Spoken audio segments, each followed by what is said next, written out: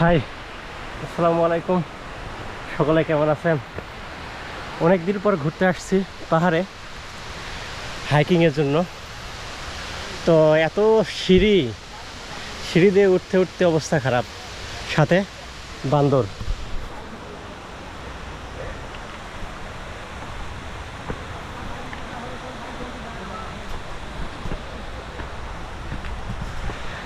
বাদর একটুও ভয় করতেছে না।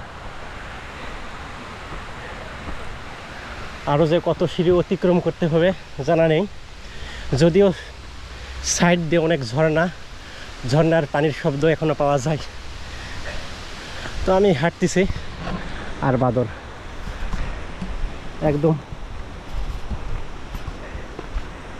এগ্রেসিভ, একটু ভয় নাই।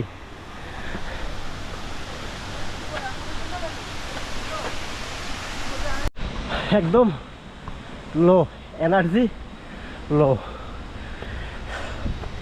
অবশ্যই পাহাড়ে উঠতে গেলে সাথে পানি, হালকা খাবার, ক্যালোরির জন্য কলা অবশ্যই সাথে নিয়ে আসতে হবে।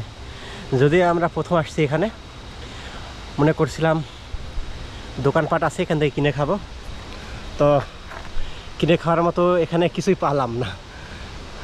যেটাও আছে অনেক নিচে আছে, 1 কিলোমিটার নিচে আছে। চেষ্টা করতেছি পাহাড়ের মনে হয় উপরে অক্সিজেনও কম, নিঃশ্বাস নিতেও কষ্ট হচ্ছে। তো উঠি আরও। আর আমার মনে হয় সামনেই সিঁড়ি শেষ, এখান থেকে মনে হয় কোনো সিঁড়ি নেই। এখন পায়ে হেঁটে সাবধানভাবে উপরে চলতে হবে। আর এত উপরে বাদর নেই, বুঝলাম না, মানে যে পর্যন্ত সিঁড়ি আছে সেই পর্যন্তই বাদর আছে। মনে হয় অতদূর পর্যন্তই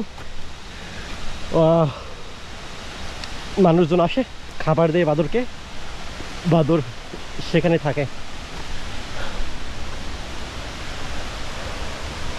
এই তো ঝর্ণার সাইড দিয়ে উঠতেছি।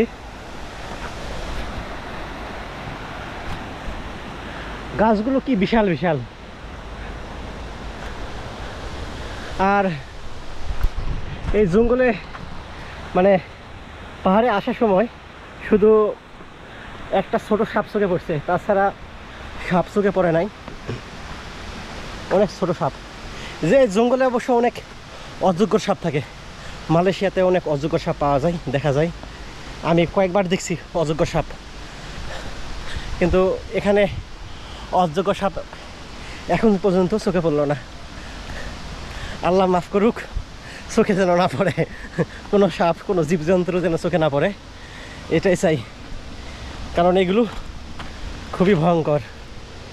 আমি দেখতেছি তারা আসতেছে না কেন, আমার সাথে যারা ছিল এখনও তারা নিচে আছে। আমি নিচে নামে দেখি কি অবস্থা তাদের। আসেন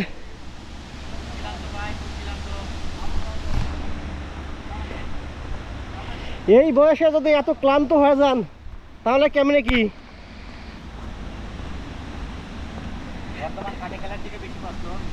ওরে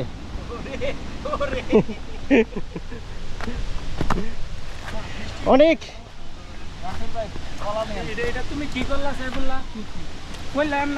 দোয়াপুলু লিমাহারি আপনার বালে রুমা হুম লিফ।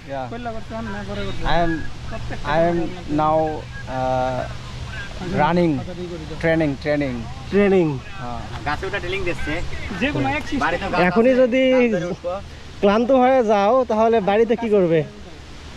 টিকা বালে